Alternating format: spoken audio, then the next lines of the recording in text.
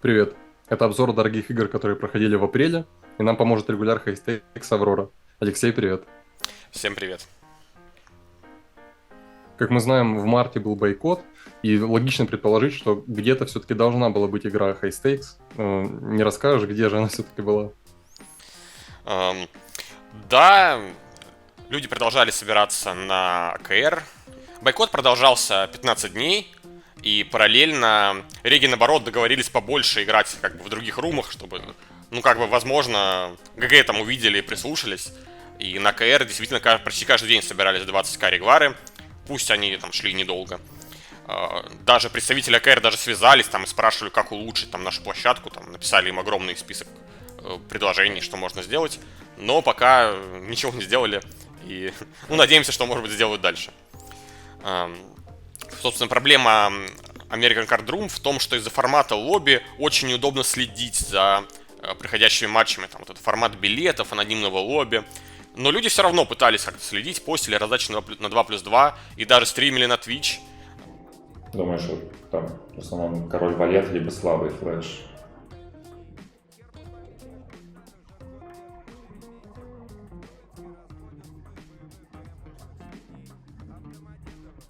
Мгм. Прочитано. Состав участников был примерно тот же, что и в прошлые месяцы. Можно выделить Энлайта, Дэвид Джонса, Муни Стара, также испанских регов Начо и Джона Маклина. Отдельно, наверное, стоит выделить Линуса и Начо. Они как бы создавали больше всего экшена, играли больше всего. Линус в апреле очень много играл в Амаху, причем супер дорого. Про это мы еще расскажем чуть позже. Однако и про Холдем не забывал, и когда собирались вот эти там в WhatsApp договаривались поиграть регвары, он ну, почти каждый день приходил и играл на NL 20к. Вот если, например, рек Холдема переходит в Амаху, он там начинает по скиллу практически с нуля, или все-таки можно как-то адаптироваться? Я просто почти не играл в Амаху, но она мне кажется совершенно другой игрой. Ну, тебе правильно кажется, ну, грубо говоря, игры сильно отличаются. Какие-то, понятное дело, что если ты профессиональный игрок, ты просто понимаешь как бы механику самого покера. То есть ты там понимаешь, как бы, ну, в каких ситуациях делаются деньги, какие-то, возможно, тейлзы на сайзинге, там, на типа тип текстур у тебя останутся. Но механика Махи отличается довольно сильно. То есть я не скажу, что она тяжелее, на самом деле. В Хоудом даже в чем-то тяжелее, чем ПЛО, но учиться придется действительно практически с нуля. А кто вышел победителем из регваров на АКР? Ну, однозначного победителя выделить сложно, все-таки дистанции наигрывались небольшие. Тот же Линус вроде бы неплохо плюсанул, и для Муниза этот месяц был очень успешный. Но я бы, наверное, отметил Начо. К сожалению, для него год у него складывается прям очень плохо. Он много проиграл и на ГГ. И вот с добавлением 20к столов на КР он тоже очень много там проиграл. И, ну вот, собственно, сильной стороной Начо всегда был огромный наигрыш. Прям он феноменальное количество потраченных там именно на игру часов. То есть там короткие сессии, длинные сессии, он разные играл. Однако вот когда ты там играешь, ну, когда ты долго играешь в минус, вот эта твоя сильная сторона, даже там на его техническом уровне, ну, как такой дамоклов меч, там, вот этот обоюдоострый. То есть ты огромный наигрыш может стать для тебя минусом. То есть ты играешь в плохом психическом состоянии. Там. Ты, понятное дело, то есть Начо вряд ли играет в тильте, но ну, в классическом понимании. То есть его техническая игра не страдает. Но в любом случае в таких ситуациях страдают около покерные моменты. То есть если на технике там ты в технических ошибок ты не делаешь, ты все равно там ну, плохо контролируешь состояние во время игры. Ты там сессии идут дольше, чем нужно. Ты там меньше концентрируешься на всяких важных мелочах, то есть ты больше как бы, ну, в общем, в плохом, в таком своеобразном посильном тильте много играешь, и это в любом случае отрицательно скажется на твоей игре, то есть ты хуже обучаешься еще во время игры. И когда ты накатываешь огромные дистанции в плохом психологическом состоянии, ни к чему хорошему это не приводит. Мне лично Начо очень импонирует как человек. Там, в прошлом выпуске я там про Гейла рассказывал стену, которую ты вырезал. Тут как бы наоборот про Начо я могу сказать только хорошее. Он реально классный парень. Поэтому мне лично очень хочется, чтобы он справился с этими трудностями. И стал как бы сильнее как игрок. Он это вот, я считаю, что он этого заслуживает. Тут, наверное, стоит для него привести в пример другого испанского рега, Дэвид Джонса. Как раз таки Дэвид Джонс, на мой взгляд, очень профессионально в этом плане. То есть я вот лично видел, он очень профессиональный в этом плане, я лично видел, вот как он, там, если он плохо складывается, он может там резко закончить сессию, там, ну все, типа, сегодня не идет, играть не буду. Там, взять там перерыв там, на пару дней или даже пару недель, как бы, и прийти, как бы, уже отдохнувший. То есть, как бы, есть такое базовое правило, что отдыхать нужно до того, как ты устал. И вот в этом смысле я бы посоветовал ему... Ну, в общем, Дэвид Джонса есть чему поучиться, и когда это твой там близкий друг, это точно стоит сделать. У Дэвида Джонса действительно один из самых впечатляющих графиков на PokerStars, который я вообще видел, и это практически все в регварах. Ну, а насчет Начо, печально, что когда такой игрок попадает в стрик, он, наверное, для него сказывается еще сильнее, чем для более аккуратных игроков, как Таксхир или Джасен Гейл. Вот, то есть такие игроки, как Начо и Стефан, которые очень агрессивно играют, они, наверное, гораздо больше могут улететь в минус. Ну да, наверное, тут я с тобой могу только согласиться. Действительно, ну когда ты вот так более, что ли, играешь с более высоким СТДВ, скажем это более математически, ты действительно, там, ты больше начинаешь, когда ты в плохом психологическом состоянии, ты начинаешь больше разгонять банки, то есть ты увеличиваешь еще дальше это СТДВ, то есть еще больше увеличиваешь диспу, и там, если ты, ну, при этом не увеличиваешь свой винрейт, а винрейт у тебя, допустим, ну, когда ты в плохой форме, он станет ниже, наоборот. То есть диспа станет выше, винрейт ниже. То есть и может даже где-то в каких-то ситуациях он превратится в лузрейт. И это, опять же, ни к чему хорошему не приведет. По поводу Дэйви, вот здесь важный момент. Легко играть, когда тебе хорошо заходит. То есть, ну, не всем легко, естественно, но вот на таком уровне. Играть все равно гораздо легче играть, когда тебе заходит хорошо. А вот Дэйви как раз-таки он, ну, в моем понимании, доказал, что он умеет играть, когда ему еще и плохо заходит. Вот я лично видел, ну, и участвовал в сессиях, когда ему заходило очень плохо. И, на мой взгляд, он с этими ранами он справлялся тоже очень профессионально. Поэтому такой крутой график у него не зря. Как раз про это был интересный пост на Gypsy от Бути, что ты можешь немного сгладить диспу и уменьшить амплитуду стриков путем того, что ты уменьшаешь средний размер банка. И вот это вот расхожее мнение, что стрик можно промотать путем того, что ты просто будешь играть очень много раздач, это, насколько я понимаю, не совсем так, да? Ну, действительно, будьте верно все говорить технически, однако это, на мой взгляд, это особо неприменимо к регварам. Вот ты и так играешь с другими профессионалами. То есть ты что, будешь уменьшать специально средний размер банка, там пытаться как-то более аккуратно играть? Какой смысл вообще играть эти регвары? То есть, типа, ты если играешь как на перевес, ты, наоборот, должен не бояться где-то там, наоборот, увеличить это СТДВ, чтобы там другим стало играть тяжелее, чтобы на них там давили деньги в депах. То есть нет никакого смысла продолжать играть регвары и как-то пытаться сгладить стрики. Ну, то есть это, в моем понимании, как сказать, диаметрально противоположные вещи. То есть ты можешь их просто не играть. А по поводу того, что стрик бьется дистанцией, ну, опять же, на мой взгляд, это касается, ну, просто твоей вот дистанции профессиональной всей. То есть если как бы ты попал в стрик, то тебе нужно... Ну, в любом случае, подход к игре нужно менять в первую очередь. То есть чуть лучше селектить, там, возможно, там, в каких-то ситуациях действовать поаккуратнее, там, меньше убрать из своей игры какие-то самые, там, ну, вот, допустим, те же блефы, там, с огромным, ну, блефы, которые играются, там, допустим, в 0, но при этом ты рискуешь, там, всем своим стеком для этого блефа. То есть ты можешь, там, таких блефов делать поменьше. То есть сконцентрироваться, там, на более мягких лайнапах, опять же. Это все неприменимо к играм, когда ты садишься к другому профессионалу его обыгрывать. То есть, если ты как бы садишься в такую игру, будь готов играть, ну, будь готов играть как следует. Иначе зачем ты сюда сел? Поэтому мысли верные, но они неприменимы конкретно к ситуации, ну, вот к нашей ситуации регваров. Мы подготовили несколько интересных раздач из регваров, чтобы, так сказать, добавить немного аналитики. Здесь как раз-таки действующие лица. Board No Tilt — это Linus. Это его никнейм на America Card Room. И Тики-Така — это Начо. Как раз таки герои, о которых мы рассказывали. Начо рейтед... Так, давайте смотрим раздачу. Начо рейтед с баттона. Получает кол на СБ от Линуса. И мы получаем текстуру король 9-2. Вот ты вообще часто в своей игре видишь ход-колы на СБ на NL200? Ну, я практически не вижу, просто в силу того, что у нас значительный рейк. А на КР играю рейк-фри на таких, ну, грубо говоря, рейк-фри на таких лимитах, поэтому Ну, очевидно, что там будет рейндж кола на СБ, ну и будет он состоять, наверное, из каких-то карманок частотных, из какого-то Бродвея, может быть, коннектор, ну типа того, ну как я это вижу. Ну, на самом деле, многие игроки все равно играют без диапазона кола на СБ, даже в рейк-фри играх. Тут это действительно рейк-фри игра.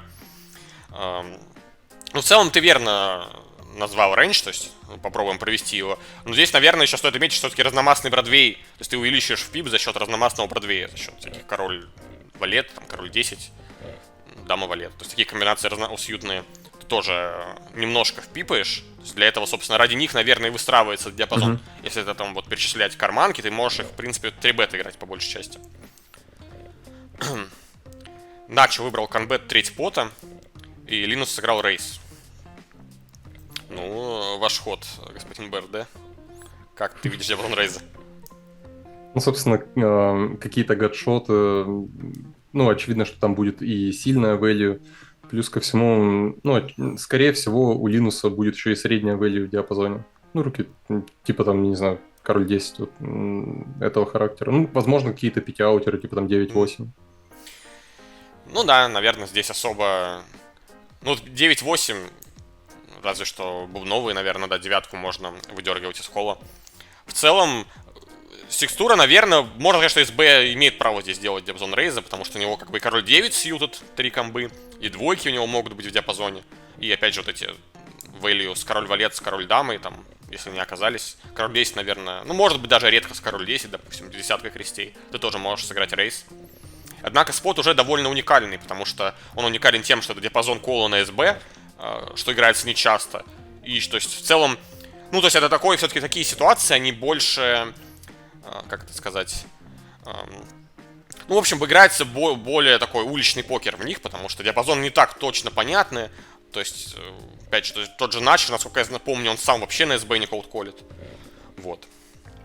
Это, кстати, интересно, потому что я думал, что у вас можно прям четко сформулировать диапазон кола на СБ, потому что когда у нас, вот, ну, особенно на верхних лимитах, где рейк еще какой-то хотя бы удобоваримый, люди играют некоторые с колом на СБ, и там понятно, что он абсолютно любой может быть. Я думал, что у вас какой-то плюс-минус статичный все-таки.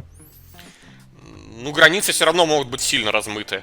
Тот же Линус может, я думаю, довольно широко заколить. Вот ты, допустим, можешь утверждать, что у него здесь 6-4 крестей какие-то иногда не окажутся. Я, допустим, не могу так жестко. То есть, поэтому я не столь уверен.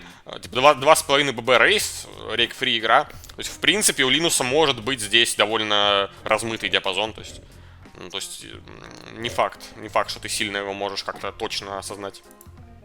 Остается только гадать, что у Стефана там может быть в диапазоне.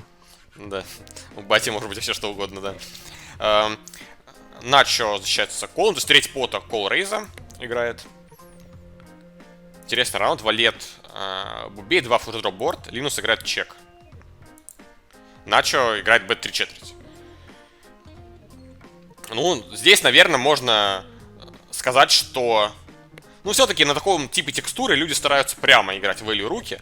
И здесь я уже как бы свое понимание примерно буду рассказывать. Мне кажется, что диапазон того же Линуса здесь, ну, довольно слабый. Для меня лично выглядит. Диапазон выглядит довольно слабо. То есть, какие вообще типы комбинаций? Линус сыграл чек-кол, наверное, можно показать, не чек-рейс. Могут быть в диапазоне чек-кола. Ну, вот, наверное, какие-то средние топ-пары, типа король 10, король дама. Ну, может быть, король 9 выглядит неплохим чек-колом, потому что король 9 как раз таки сильно, ну, доля банка сильно упала, то есть текстура очень динамичная. Динамичные текстуры сильно помогают тому, кто в позиции.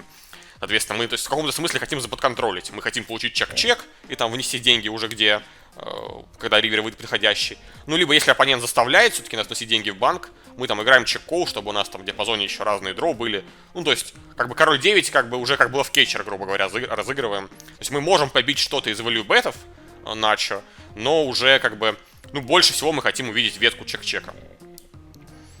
Со стороны Начо, задача у него, конечно, рейндж может быть гораздо шире, то есть у него и блеф часть спектра может быть практически любая, и value часть, наверное, чуть ли не с король дамы начиная, он так может замерджить Начо и для бесплатного шоудауна, то есть он может поставить там большую ставку и прочекать на ривере. Вот. Ну, какие-то дро, которые могут быть у Линуса, наверное, в первую очередь это топ-пара с флеш-дро. как я это вижу, наверное, так. Если он попал, там, с Monster Draw попал в валета, наверное, он тоже может сыграть чек-кол, но у него чаще все-таки это будет чек-рейс. То есть, я думал, здесь какие-то дама валет, валет 10 кресте. Мне кажется, как вот просто моему ощущению, говорю, Линуса, он предпочтет сыграть агрессивнее, превратить уже в блеф этого валета. То есть чек-кол на самом деле в моих глазах выглядит довольно слабо. Это вот король 9, может быть, какие-то короли, пары с флешдро. Как-то так для меня выглядит этот диапазон. Мне кажется, Начо подобрал хороший сайз, потому что вот Линус, он как раз смотрится, ну, как мне кажется, на среднее value и на руки типа пара плюс ФД, который как раз такой сайзинг и колет. То есть треть здесь, наверное, ставить не имеет особого смысла. Ну да, треть пота действительно выглядит довольно бессмысленным сайзингом. Мы просто дадим оппоненту по эквити, как бы продолжить.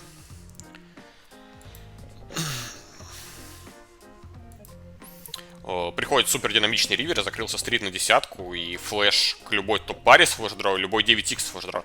Ну вот 9x с флэш-дро, наверное, ну вот какие-то 9-8, 9-10, прям какие-то крохи комп, наверное, могут оказаться у Линуса, который он блефовал. Но он мог их как бы очень иначе разыграть на всех улицах. Он мог там и продолжить атаковать по терну, барлить, и мог и чек-рейс сыграть с теми же 9-10 бубей. То есть на самом деле флеши, которые я вижу в диапазоне Линуса, это больше флеши с топ-пары.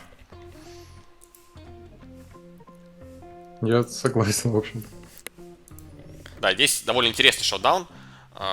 Сейчас интересно, получится ли его по раздельности показать. Да, получилось. Вот, собственно, Начо нашел очень тонкий лювбет с королями на ривере. То есть, вот, в целом, на мой взгляд, довольно нестандартный розыгрыш, даже несмотря, что, как мы уже сейчас провели диапазон, что когда в руке у Начо король бубей, действительно, флешей в диапазоне Линуса очень мало. Но все равно там могут оказаться стриты, то есть там может быть, ну, какие-то комбы типа король 10, офсьют, может быть немножко комб с крестовой десяткой, там той же, там дама 10, крест, ну, теоретически возможная комбинация, там валет 10 кресте.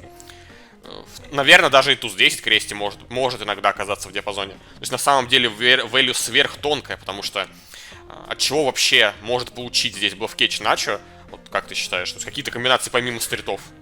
Ты можешь придумать? Ну, я бы сказал, что тут еще важный момент, что это именно Начо пушит. И, ну, я думаю, у него довольно... В общем, у меня логика такая, что когда здесь вылюбать такой игрок, как Начо или там Стефан, например, мы предположим просто, что у него очень много блеф, соответственно, очень много каких-то мерджей и так далее. Поэтому их отколят шире, чем, например, там отколли бы Алекс Трева или кого-то более, ну, аккуратного игрока. Так что, ну, возможно, мы можем здесь увидеть какие-то доперы. Доперы, сеты, девяток. Но, опять же, не факт, что там сеты девяток будут, в принципе, по такой линии. Ну вот, и на вот этот важный момент в раздаче. То есть не особо понятно, от чего Начо хочет получать блофкетч, потому что он блокирует все практически блофкетчеры соперника. Вот. Ну, я перечислил король 9, осталось там сколько комбинаций? Одна вообще осталась комбинация король 9 сьютед. Король валетов сьютед, там, наверное, король дамы. Ну да, есть некоторое количество комп, но так, знаешь, на вскидку может вполне оказаться, что десяток флешей там даже и больше. Вот. То есть супер тонкая value. Однако Начо был прав. Линус действительно заблофкетчил с король валет. На мой взгляд, довольно такая тонкая раздача, ее можно пропустить. Но мне вот понравилось. То есть, возможно, повлияло то, что вот такой игрок, как Линус, он использует, то есть, огромное количество сайзингов разного размера. Он использует донки разного размера на всех улицах. То есть, и вот когда он играет такую вот, ну, простую ветку, назовем ее так, то есть, типа, чек-рейс, чек-кол, чек. То есть, он... Возможно, мы действительно можем, ну вот как Начо, как я думаю, как он рассуждал, как он нашел этот value bet, он именно дисконтировал стриты там и сопернику там какие-то, возможно, какие-то данкбеты, то есть, возможно, как-то так он размышлял. Вот. Но раздача интересна именно тем, что Начо довольно, ну, как мне кажется, сделал довольно агрессивное предположение, что у Линуса мало десяток, оказался прав, и еще и блофкетч получил. Да, но я бы, конечно, не повторял это на своих лимитах вообще ни с одной из сторон. По факту.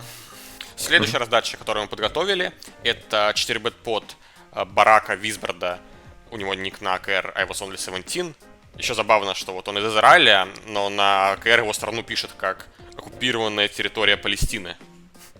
То есть довольно... В наше время довольно сильное заявление, скажем так.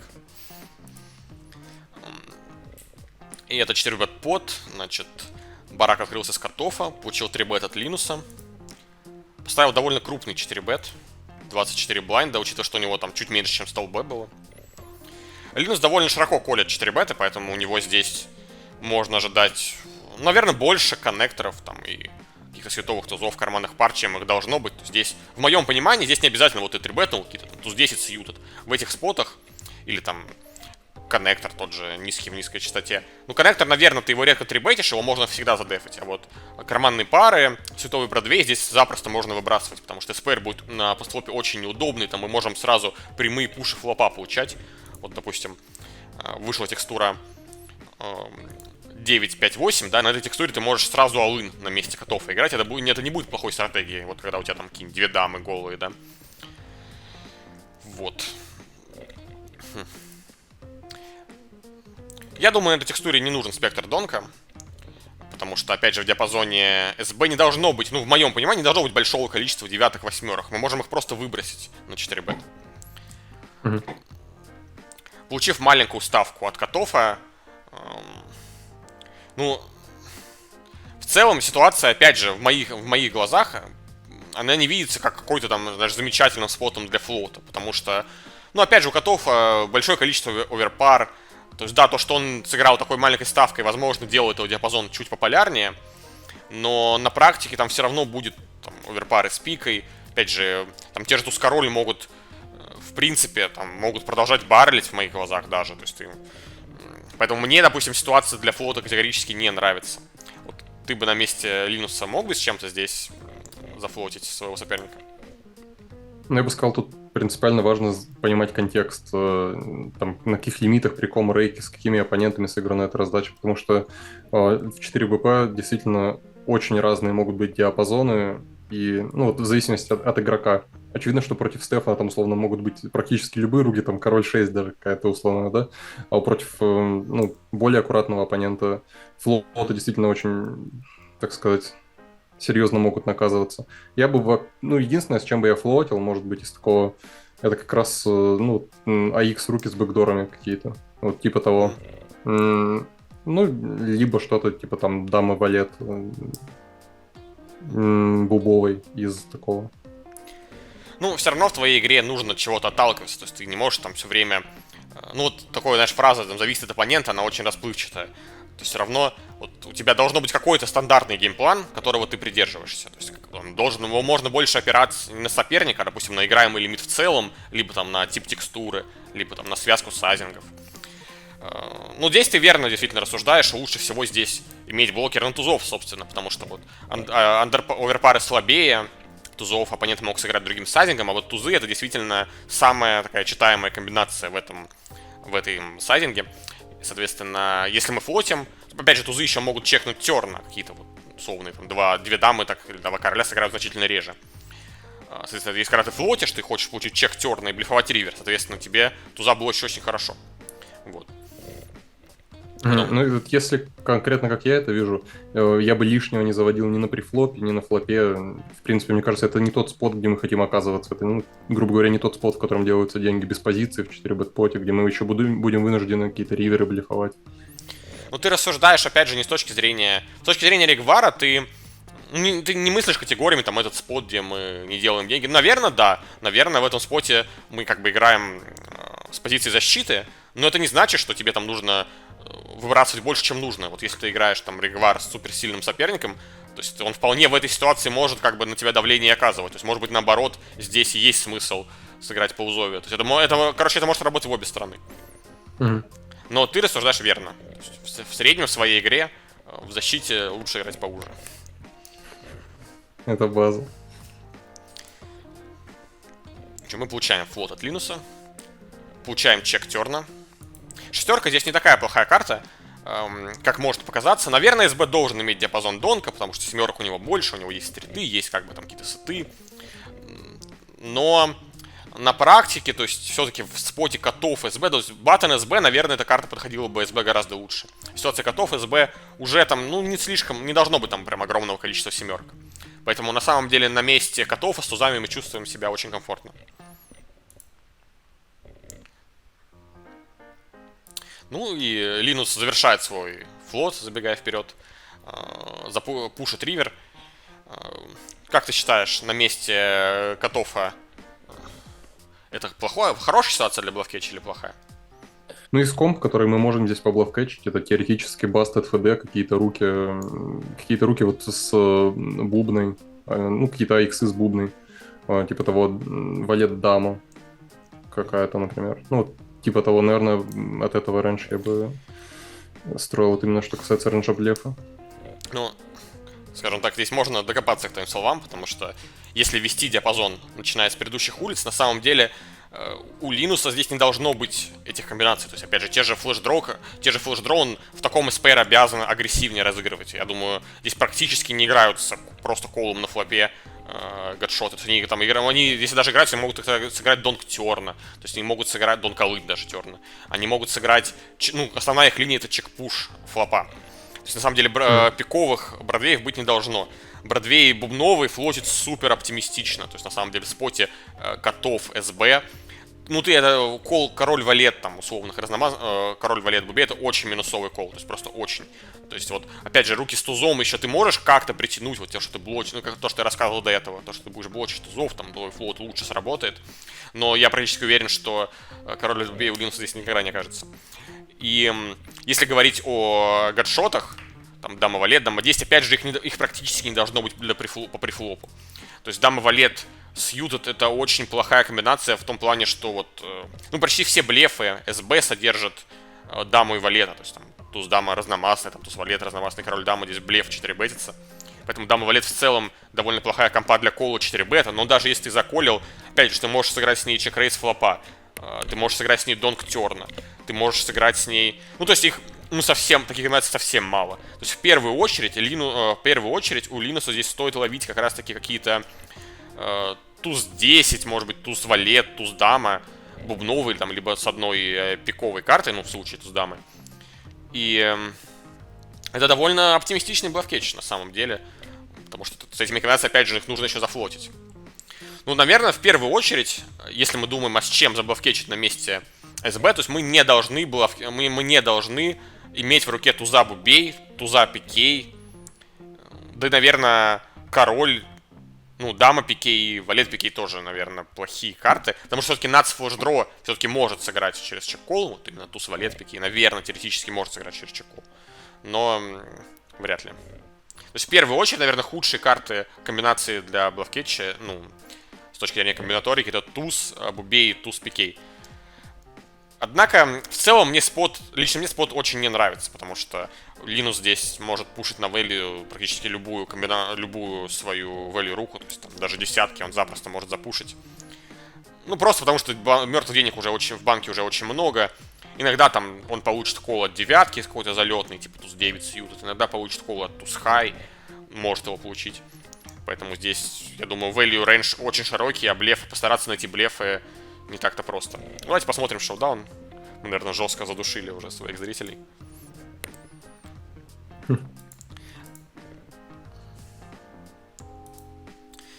И стоит отметить, что Линус выбрал как раз-таки одну из комп, которые мы перечисляли. Но для меня лично это очень узовый флот. То есть это можно и на префлопе выбросить, и на флопе не обязательно колить.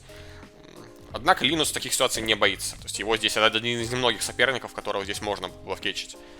Барак заблавкетчил разномастный туз-король. Ну и вот если бы у него оказались те масти, которые я перечислял, наверное, можно было бы сказать, что это был плохой блавкетч. Но у него не оказалось ни туза пикей, ни туза бубей. То есть вот он именно эти комбинации ловил, блочил слоуплеи, надеялся все-таки увидеть флоты. Ну и, как я уже сказал раньше, победил, значит прав. В этом месяце была очень дорогая пло-игра на CoinPoker. Это площадка, где идет игра на криптовалюты. У них есть свой токен, естественно. И один из владельцев этого проекта, литовский бизнесмен и один из самых известных гэмблеров Тони Джи. Ну, любители покера After Dark могут вспомнить еще с очень олдскульных времен, но Тони Джи... легенда. Да-да, в деле до сих пор играет в серии Тритон, активно на своем собственном сайте тоже играет в Омаху по супер дорогим ставкам. И вроде бы даже показывает неплохие результаты, потому что я помню. И потому что я видел. Мы решили это осветить, потому что один из ярких участников этих игр — это Linus Love. Он и в Амаху мастер на все руки, как говорится. У него ник на коинблокере End Boss.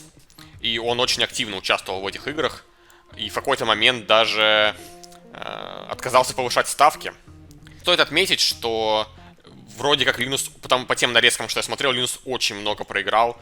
И люди даже на 2+2 даже предположили, что Линусу может тильтовать, потому что вот там, буквально люди постят раздачи, и нет ни одной, где Линус был сдался на ривере. Он там всегда идет до конца, всегда блеф на стек. И много очень неудачных блефов, поэтому выглядело это все довольно опасно, что ли, не знаю даже, как сказать. Это, кстати, довольно удивительно, потому что я вот сам, например, не слышал о тильте таких игроков, как Линус и Барон. Насколько сильно отличается их уровень в тильте и в топ-форме? То есть это совершенно другой игрок или это незначительное какое-то изменение? Блин, Барона в тильте я, по-моему, вообще никогда не видел за свою карьеру. При этом я с ним довольно много наиграл. Линуса, скажу честно, пару раз видел, особенно в начале его карьеры, когда еще там он активно играл на 8-ках. Бывало, да, то есть, но... Ну, уже, опять же, как я уже говорил в рассказе про Начо, игроки в такого уровня, в техническом плане их игра, ну, очень стала бы меняться. То есть все равно он будет как бы... Он будет, безусловно, играть хуже, но каких-то там катастрофических ошибок совершать не будет. То есть, скорее, в первую очередь влияет околоигровой подход, а Линус в околоигровом подходе очень силен. То есть он... Ну, вот он реально в этом плане машина. То есть он... Ну, не думаю, что он там будет играть дольше, чем нужно, там, как-то может замазаться, там, или типа, пойти играть дороже, там, с более сильным соперником, потому что, собственно, он и так играет с самыми сильными соперниками максимально дорого. То есть дальше уже некуда. Поэтому, то есть, по околоигровым моментам он тильтануть не может. А по техническим, ну, я считаю, что тоже не может. Я не верю. Как бы любители посмотреть раздачу на 2+2, мне кажется, просто... Ну, какая-то специфика таких вот. Как правило, раз просто выкладывают столько большие банки, если банк там был маленьким, они где-то прочекали, такую раздачу просто не выложат. И это там своеобразная ошибка выжившего. Вот ты можешь вспомнить самый жесткий тильт от вот именно какого-то выдающегося профессионала, от которого это, казалось бы, не стоило бы ожидать? Вспоминается сразу несколько моментов. Конечно, фразой в конце про «не стоило бы ожидать» ты сильно срезал круг лиц, но... Ну, когда МТТ игроки приходят играть за кэш, столы недовольно сильно тильтуют. Помню, был забавный момент, когда... Наверное, не буду говорить ник, но известный русскоязычный МТТ игрок на 8-ках нам, помню, наверное, 2000 типа сел играть. И проиграл там какую-то вообще космическую сумму. Там где-то 50 тысяч долларов, может быть. Ну, большая сумма, на самом деле, там 25 боинов. Играя прям где-то с пипом примерно 80. И... Забавно, что потом в личке на Джипсе попросил бэкинг у меня же. То есть он мне проиграл, типа, давай забэкай меня теперь на турниры. А чел, типа, играл прям, знаешь, прям совсем как, ну, как в казино, типа, он играл, как сотый. Не очень хочется спонсировать такого человека. Ну, из более известных примеров была такая, про нее мало кто знает, но... Когда-то еще, когда Дэниэль Негриано был PokerStars Pro, он сел играть на NL10K. И он играл тогда в жутком тильте, просто в жутком. Он где-то залил где-то 1200. Мне запомнилась та сессия, потому что Фархели тогда как бы только начинал шотить NL10K. И он, короче, решил в эту игру не садиться. Ну, Негриану, наверное, нормально будет играть, типа, чё с ним садиться? А Негриану прям супер плохо играл, там очень много проиграл. Там такие раздачи прям вообще подарков наставлял прилично. Вот. И недавно, кстати, был инцидент с Негриану, когда он там как-то жестко тильтанул после вылета, там какую-то камеру свою в стену бросил, там дорогущую. Прям, ну, сейчас, наверное, он контент-мейкер, и это не стоит так на это смотреть. То есть он, возможно, специально усиливает свои эмоции. Ну, вот этот случай мне вспомнился. А вот кроме Тони Джи, так называемого энд-босса, кто еще играл в этих играх? Ну, лучшие регуляры Амахи, само собой. Сильнейшим считается Берри Свит, однако, как я уже когда-то рассказывал, Берри Свит не играет на сайтах, кроме Старзов. Он не играет на ГГ, потому что там реалнеймы, а он не хочет показывать свое реальное имя. А на остальных площадках играет, потому что не играет, потому что не доверяет им. Ну, на скрине мы видим еще Амаха for All, это супер топовый регуляр ПЛО, который играет многие годы, играет очень агрессивно, там он знаменит своими огромнейшими блефами. Вот как раз один из таких блефов я хочу вам показать. Вот просто оцените, насколько это красивая раздача. Он, кстати, соперник в этой раздаче — это игрок, ну, по тем временам, один из лучших игроков Холдом, Катя 18. Это он садился в состав Red Army, то есть еще со времен Фархели. Он сейчас поигрывает в Амаху, и, видимо, здесь он как бы тренировался с сильным соперником. Но стоит обратить внимание, что Амаха for Alls сделал двойной блеф-рейс Ривера. Вот у тебя, БРД, были двойные блеф-рейзы Ривера в твоей карьере? Да, у меня на самом-то деле одинарных было не очень много. То есть подумайте еще раз, это не двойной блеф Ривера, когда мы, допустим, мы ставим, нас рейзят, а мы еще пушим в блеф. Такие раздачи тоже большая редкость, бывают, такие раздачи даже у меня там бывали. А это двойной рейс, то есть мы получаем подбет, играем рейс этого подбета, получаем 3-бет под и запихиваем сверху. Это реально очень жесткий блеф, такие, там, знаешь, можно ачивку за такой давать. Когда-то на Poker Table Ratings была ачивка тройной чек-рейс, там, типа, сыграл тройной чек-рейс и проиграл, по-моему, как-то так там было. То есть нужно было сыграть тройной чек-рейс на всех улицах. Типа, чек-рейс флоп, чек-рейс терн, чек-рейс рир, понимаешь? Типа, все улицы надо было сыграть чек-рейс. И проиграть. И, типа, тогда тебе давали эту ачивку. Вот здесь вот эта ачивка даже жестче.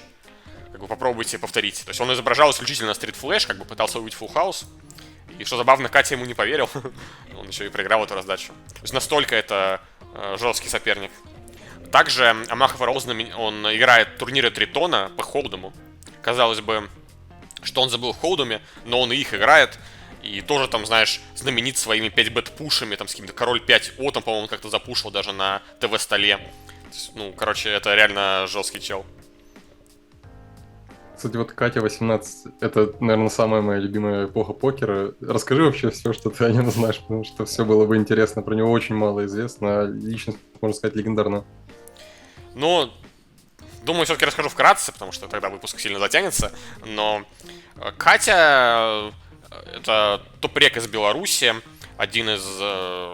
таких вот, он пришел на PokerStars из ангейма и пришел на PokerStars сразу на самый высокий лимит. То есть вот, были люди, которые, тот же Фархейли, Фиш 2013, топ-игроки тех времен, они поднимались на старзах, а Катя, вот он пришел именно из ангейма и сразу как бы показал, начал бороться за место в лобби сразу, там, начиная с NL 5000, по-моему. То есть, и Катя очень долго, невероятно долго, по-моему, лет 8, что ли, не побоюсь даже этого слова, держал все дорогое лобби на старзах. Играя регвары со всеми и показывая выдающиеся результаты. И закончил карьеру он где-то 2 года назад. Ну, как закончил, он стал играть в Амаху. Вот он примерно закончил, когда игра со старзов ушла на ГГ. Ну, также его много кто знает лично, но я даже тоже видел его фото, но он не публичный, поэтому, наверное, мы не будем его показывать. Показываем просто вам картинку с его ником. Он хорошо общается с Limitless'ом. Вроде как даже бэкал его много где. И в офлайне, и в онлайне. Также Катя, вот когда Limitless играл свой знаменитейший матч со Стефаном, вот Катя очень много ставил на Limitless. То есть он принимал очень активно ставки, потому что вот он в целом Стефана считал, в чем-то не безосновательно, но он так считал Стефана таким больше удаманом, знаешь, который там прыгает на хай-стейкс, там типа супер дорого, а Limitless, наоборот, оценивал очень высоко. И вот, как бы, Катя был, наверное, одним из тех, кто больше всего проиграл на сайдбетах в этом матче. Ну да, это на самом деле смелое заявление, учитывая, что тогда батя был, по-моему, на абсолютном пике своем. А мало кто знал, знаешь, вот мне тоже все предлагали поставить, я побоялся, потому что Limitless, тогда действительно, я лично считал, что Limitless может победить, я лично так считал. Limitless реально очень сильный хайпер, то, что произошел такой вынос, мало кто мог. Но те, кто как бы этого ожидал, неплохо на этом заработали. Вот. Поэтому, если кто-то вам говорит, что это было ожидаемо, а сам он как бы ни копейки с этого не заработал, то такой человек, скорее всего, обманывает, потому что там все предлагали ставить все. То есть, как раз таки, скорее даже меньше ставили на Стефана. Люди боялись ставить, потому что что-то как-то вот на Limitless игры ставили. И Трутейлер принимал ставки, и там тот же Катя. Ему можно было любую сумму поставить. Кстати, вот в таких играх действительно очень много рандома. Но в истории есть примеры, где, например, Исильдур, небезызвестный, шел играть вообще в другие дисциплины с топами, и дисциплины еще, что самое плохое, были лимитными. То есть он мог играть с Фируэлом, в Лимит Холдом, там, в ПЛО с Гальфондом. И неужели он не понимал, что там вот абсолютно нет никаких шансов против топов? Не, ну все-таки в одной конкретной сессии у тебя и у кого угодно есть шанс. Все-таки мы играем не в шахматы. Даже у Фируэла в лимит можно выиграть длинную сессию. Исполнитель как-то выиграл дуэль у Фируэла в лимит холдом. Но, наверное, все-таки Исильдур здесь не выступал в роли профессионального игрока, скажем так. То есть он, наверное, просто лудил, скажем, назовем вещи своими именами. И когда ты действительно прыгаешь на самый высокий лимит холдома, извините за тавтологию, к Фируэлу, это уже какая-то крайняя стадия удомании. А как это происходит вообще на High Stakes? Что вот, предположим, ты на пике своей дисциплины, прям уважаемый профессионал, и вдруг ты оказываешься в хедзапе другой дисциплины с Гальфондом на 80к. Я хорошо понимаю, как это происходит. Причем даже в Трутеллер про это рассказывал в своем интервью. Но вот представь, что вот ты играешь дорогую игру какую-то там, допустим, в холдом, да? И вот, допустим, тебе там в твою профиль, но тебе сильно не повезло, ты там проиграл несколько боинов. И тебе очень... Вот это вот страх потери, то есть своеобразно, ну, простые приемы, но даже там, особенно в те времена, во времена Исильдура, даже специалисты, топ-профи были им подвержены. То есть тебе просто банально хочется отмазаться. А с тобой, ну, никто не хочет играть, ну, просто никого. То есть, типа, в Амаху хочешь с кем-нибудь поиграть, никого нет, пустой лобби, ты один сидишь. Холдом никто не хочет. И есть только вот Фируэл в лимит холдами 1000, только он с тобой дорого готов поиграть. И ты уже от безысходности идешь играть в Фируэл, ну, лимит холдом, что там, давай там, поагрессивней, в атаке пошире. Покажем этот мастер-класс и закатываешь все свои бабки. Потому что, извините меня, но Фируэл на своем пике, Фируэл в лимит, это, знаешь, это, не знаю, как метафора слова лучший игрок в мире, наверное, в свою дисциплину. Можно, наверное, добавить еще, что на 2+2 разгорелась довольно интересная дискуссия про лучшего игрока в Амаху. Собственно, вот эти дорогие игры привели нас к этим рассуждениям. И многие вспомнили Кумикона, про него выходила очень интересная статья на Джипси, мы скинем ссылку. Он буквально разорвал хедзап пуло, то есть выиграл какие-то 9 миллионов с винрейтом 17 ББ, играя в основном с регами. Вот вроде бы Амаха, да, самая дисповая дисциплина, но в ней возможны такие большие перевесы рега над регом, что просто диву даешься. Вот просто посмотрите на результаты Кумикона. Это просто что-то феноменальное. И, собственно, вот эта дискуссия и натолкнула нас на мысль об Исильдуре, той золотой эпохи. И на 2+2 с нами согласны даже. Вспомнили, что что-то отдает фулл-тилтом. Также хочу заметить, что не стоит списывать Тони Джи со счетов. Тони Джи матерый волк покера. То есть он как бы играл супер дорого еще, когда многие из этих людей в школе учились. И вот он, Тони Джи знаменит тем, что, знаешь, вот какие-то игры подешевле, он там может как-то что-то деньгами поразбрасываться, создать имидж того, что вот он как бы такой там этот пивной чел там сидит для удовольствия, играет, а потом в дорогой игре тебя хлопнет. Кстати, вот к этому диалогу, который был на 2+2 про топов всех времен в Амахе, называли там разных вот Кумикона, там Берри и так далее. А почему особо не фигурирует Гальфонд? Хотя, казалось бы, это одно из самых таких больших имен. Гальфонд всегда был очень хорош, однако он играл очень уж давно.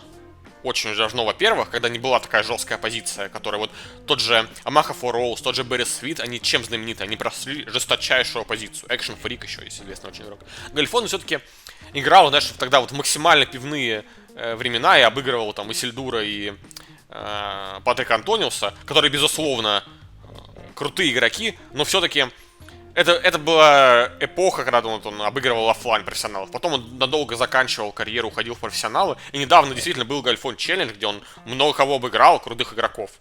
Но с тем же Берри Свитом он играть не захотел. Ну, по моему мнению, Гальфонда можно точно вставить в Олимп полуигр. Ну, наверное, как лучшего прям игрока в мире, наверное... Нет, можно предположить, что там в какой-то момент мог быть и он. Но, как по моему такому мнению любителя смотреть, ну, Амахи, то есть я не разбираюсь в этом, мне все-таки кажется, что вот лучший игрока нужно выбирать среди Берри Свида, Амаха for Rolls и Кумикона.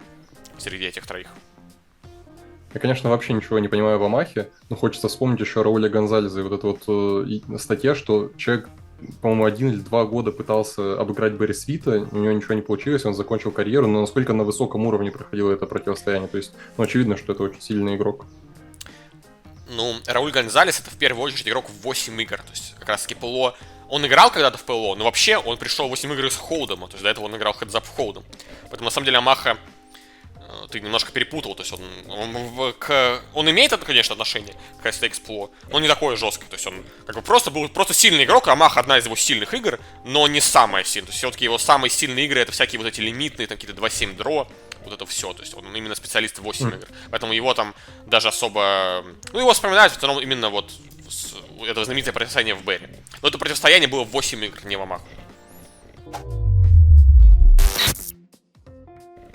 Но я думаю, все-таки стоит упомянуть про бойкот. Тема, конечно, немного заезженная уже, наверное, каждый, кому не лень, это осветил. Но я думаю, имеет смысл для истории сказать, что все-таки удалось достичь, потому что прецедент интересный. Да, действительно, предыдущий бойкот кончился полным фиаско.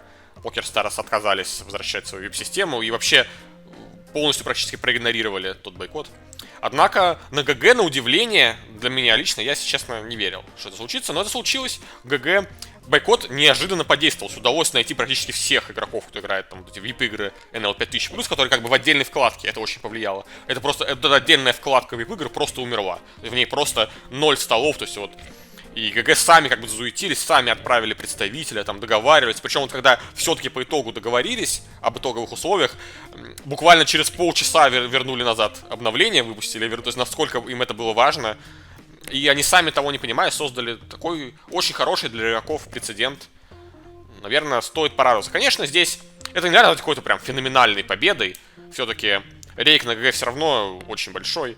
И, ну, если честно, в какой-то момент я надеялся на большее. То есть уже настолько хорошо шел диалог, что я думал, что ничего себе, сейчас уже какие-нибудь в рейк-варах, там рейк понизим, там еще что-нибудь придумаем, там систему улучшим. Но нет, к сожалению, как только вернули назад объявление, все общение в конфе закончилось. Но все лучше ничего. Из-за бойкота на ГГ, из-за того, что открытые источники очень плохо трекают American Card Room, мы в этом месяце мы присудим звание топ-игрока просто из наших личных ощущений. И мы решили отдать это место Муни Стару. У него ник на АКР Бурундас 254. Он выиграл довольно много в этом месяце, неплохо выступил в регварах на НЛ 20 тысяч. Там хорошо сложилось, хоть он не так много их играл, но сложилось хорошо. Плюс, но он в целом, у него был очень хороший продуктивный месяц, но он отыграл много часов, там, практически 30 тысяч раздач отыграл, что попробуйте отыграть на High-Stakes 30 тысяч раздач. И в целом это легендарный игрок, который, на мой взгляд, в какой-то момент был вообще лучшим игроком в холдом в мире. И это очень удачный его месяц, надеюсь, что он наберет форму и дальше даст бой Линусу и всем остальным. Муназ это тоже очень интересный игрок, и до недавнего времени, вот пока не вышел этот подкаст с ним, про него вообще было очень мало что известно, хотя он на High-Stakes задуматься уже целую вечность. И вот интересно, что отличает как раз игрока, который очень долго держится в топе, от людей, которые попадают туда и довольно быстро, ну, скажем так, вылетают с пика? Ну, игровой опыт в целом, то есть ты... Игровой опыт — это очень такое обширное слово, можно что угодно назвать, но все равно ты лучше выдерживаешь стрики, лучше понимаешь диспу, лучше понимаешь, насколько все-таки, ну, большое вот это влияние того, что там у тебя High-Stakes, там нижний лимит NL 5000, а верхний там NL 100 тысяч. То есть то настолько там тебе хорошо сложится на верхнем, влияет, собственно, на всю твою карьеру. Мунизу так себе сложилось на верхних. Помимо игрового опыта стоит отметить то, что все-таки, ну, вот развитие онлайн-кэша, я бы, наверное, так даже сказал, идет какими-то вот этапами. То есть когда-то вот эпоха до солверная, там, солверная эпоха, там, этого, можно сказать, Мэтью Джанды и МДФ, там, этого Minimal Dev Frequency, или как там эта штука называется, которая не прошла проверку временем. И, собственно, когда ты был в каждой из эпох, ты как бы примерно помнишь, ну, то есть ты развивался вместе с онлайн-покером, и ты всегда был на острие, это тебе помогает и дальше, как бы, ну, держать руку на пульсе. Вот, понимаешь, вот яркий пример для меня, когда там, допустим, вот какие-то вещи, которые считались ошибками, потом стали стандартным. Вот там мой, допустим, друг Джейсер, он раньше очень жестко там душил своих соперников за любую ошибку. Вот здесь так, неправильный сазик терна, все там, метка слабого игрока, под себя регварим. То есть, там, допустим, спустя там пришли там какая-нибудь следующая эпоха соларов и уже показывало, что вполне можно так играть, там, это нормальный сайзинг. То есть, поэтому ты, наверное, становишься менее критичным к устоявшимся нормам, это тебе тоже помогает. Ну, как-то так я рассуждаю. Наверное, вот ответ на твой вопрос вот это. А насколько решает на дистанции в карьеру вот подход? Потому что по профессиональным спортсменам, например, много историй, когда игрок достигал пика, и потом начинались всякие там загулы и так далее. Он, ну, грубо говоря, менял свой подход кардинально. Насколько это вообще покерная тема? Да, наверное, очень даже покерная. Это стоит отметить, что это совсем не про Мунистара. То есть вот как раз таки Серега максимально далек от темы наркотиков и разгульной жизни, насколько можно вообще быть от нее далеким. Но он все равно, наверное, Мунис как раз таки хорош своим подходом подготовки к соперникам. То есть он, вот условно, человек 13 лет, там тоже, как я, играет в покер, и до сих пор там активно там пишет ноты, разбирает соперников, готовится к матчам. Там, это вот сильная сторона его подхода. Слабая сторона, наверное, все-таки это вот то, что у него вот есть такая вещь, как замазка, то есть он действительно может, ну, тяжело, короче, ему остановить сессию, там, когда... ну, короче, вот, наверное, можно отметить как его как слабую сторону. Это вот подготовка в игре. Это сильная сторона, а уже в самой игре у него есть над чем можно поработать. Ну, он сам это все прекрасно знает. То, что ты говоришь про какие-то вот наркотики, загулы, наверное, как и в любом спорте, это полностью применимо к покеру. Действительно, я знаю очень много примеров, когда люди шли во все тяжкие, и даже почему-то пришел пример в голову. Он не совсем на эту тему, которую ты говорил, но вот, допустим, когда есть такой игрок Бьорн, как его зовут, я не помню, Джей Лама, по-моему, у них на Старзах, там топовый хакер, он первый раз приехал в Макао, а в Макао знаменит тем, что вот эти азиаты играют там сессию минимум 48 часов. То есть там, условно, люди там садятся в вейт-лист, там вейт-лист ты играешь тоже за столом, как на PokerStars система. То есть ты там первые сутки играешь за слот на стол, потом попадаешь за стол, еще там сутки, то есть нужно вообще не спать. И там вот люди очень активно пользуются всякими психотропными веществами.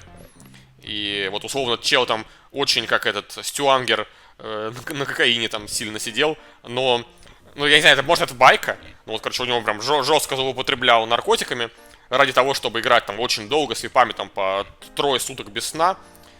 И кончилось хорошо, выиграл кучу денег. Так что вот может и хорошее быть. Стоит ли этот обмен здоровья на деньги того, непонятно. На мой взгляд, нет. Но и такие примеры были. Вот. А так, все-таки профессиональные игры в покер молодые люди, как правило, и, наверное, не стоит их винить за то, что, получив сильный скачок в финансовом положении, они там покупают какие-то, конечно, дорогие тачки, там спускают бабки на тусовки и на все прочее. Это как бы норма.